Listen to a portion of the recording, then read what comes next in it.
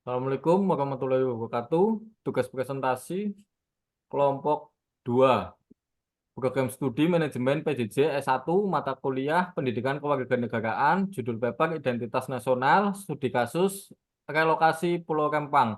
Dosen pengampu Dr. Yusuf Setiadi, kelas MJ 301, Jakarta 6 Februari 2024. Kami anggota kelompok 2 terdiri dari 10 orang, diantaranya Alvan Fariki, Alvira Hairunisa, Florentina Hermansa, Maria Rambu, saya sendiri Maritan Harlin, M. Sabilillah, Nurahwati, Teti Rianto, dan Mbak Yeti Kristiana. Latar belakang dan rumusan masalah. Dalam konteks pendidikan kewarganegaraan, identitas nasional lebih dekat dengan arti jati diri, yakni ciri-ciri atau karakteristik, perasaan atau keyakinan tentang kebangsaan yang membedakan bangsa Indonesia dengan bangsa lain. Apabila bangsa Indonesia memiliki identitas nasional, maka bangsa lain akan dengan mudah mengenali dan mampu membedakan bangsa Indonesia dengan bangsa lain. Secara umum, pengertian identitas nasional adalah manifestasi nilai-nilai budaya yang tumbuh dan berkembang dalam aspek kehidupan suatu bangsa dengan ciri khas agar berbeda dengan bangsa lain dalam kehidupannya. Hasil penelitian pada tanggal 7 September 2023, hari Rabu, di Pulau Rempang, Kepulauan Riau, telah terjadi bentrok fisik antara warga Pulau Rempang dan aparat gabungan dari TNI, Polri, dan Direktorat Pengamanan Aset BP Batam. Pulau Rempang adalah salah satu pulau yang berada di kota Batam. Pulau ini berada sekitar 3 km di sebelah tenggara Pulau Batam dengan luas kurang lebih 16.500 hektar. Polemik atau bentrok yang terjadi dikarenakan kegusaran yang dirasakan oleh warga Pulau Rempang karena mereka merasa telah mendiami atau tinggal di Pulau Rempang sudah puluhan tahun dan merasa terancam digusur demi proyek strategis nasional atau PSN Rempang Eco City. Pembahasan.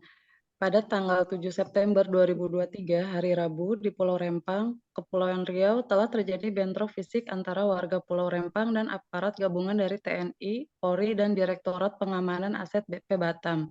Pulau Rempang adalah salah satu pulau yang berada di Kota Batam. Program pembangunan kawasan industri Pulau Rempang, Kota Batam menimbulkan konflik sengketa tanah antara masyarakat, pemerintah, dan PT Makmur Elok Graha. Adanya hak guna usaha yang diberikan pada sebuah perusahaan membuat tanah tersebut dianggap tidak lagi milik masyarakat.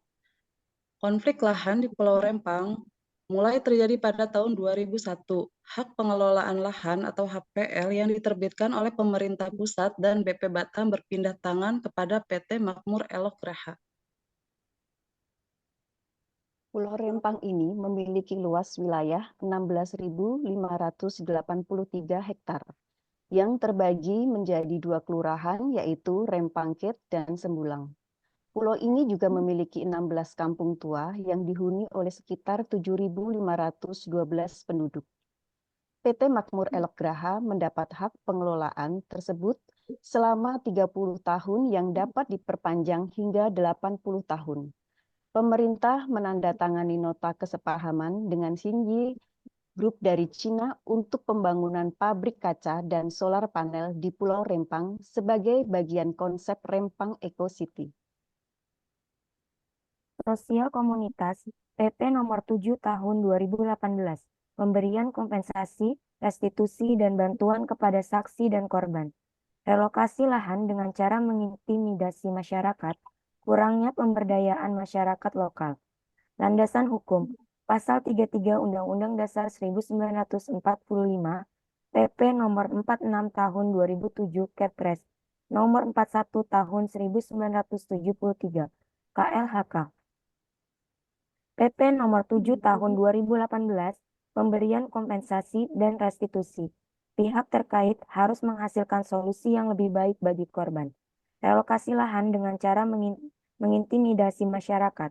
Penolakan warga Rempang untuk direlokasi semakin menguat ketika bentrok dengan aparat gabungan TNI Polri yang memaksa masuk ke wilayah warga. Pemberdayaan masyarakat lokal, hal ini bertujuan untuk meningkatkan kesejahteraan dan kemandirian masyarakat lokal.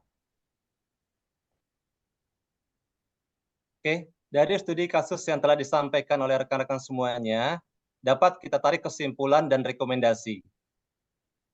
Indonesia adalah negara hukum di mana pemerintah harus dapat memberikan perlindungan hukum kepada masyarakat atau warga negara dengan penertiban hak tanah sebagaimana perundang-undangan yang berlaku dengan memperhatikan hak dan kewajiban masyarakat.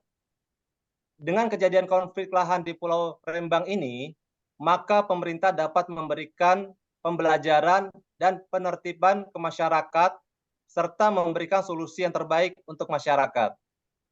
Dengan alasan penertiban dan pembangunan demi kepentingan umum yang lainnya, terdapat kebutuhan untuk memahami lebih mendalam mengenai penggusuran paksa dalam perspektif hak asasi manusia, moralitas, dan perundang-undangan.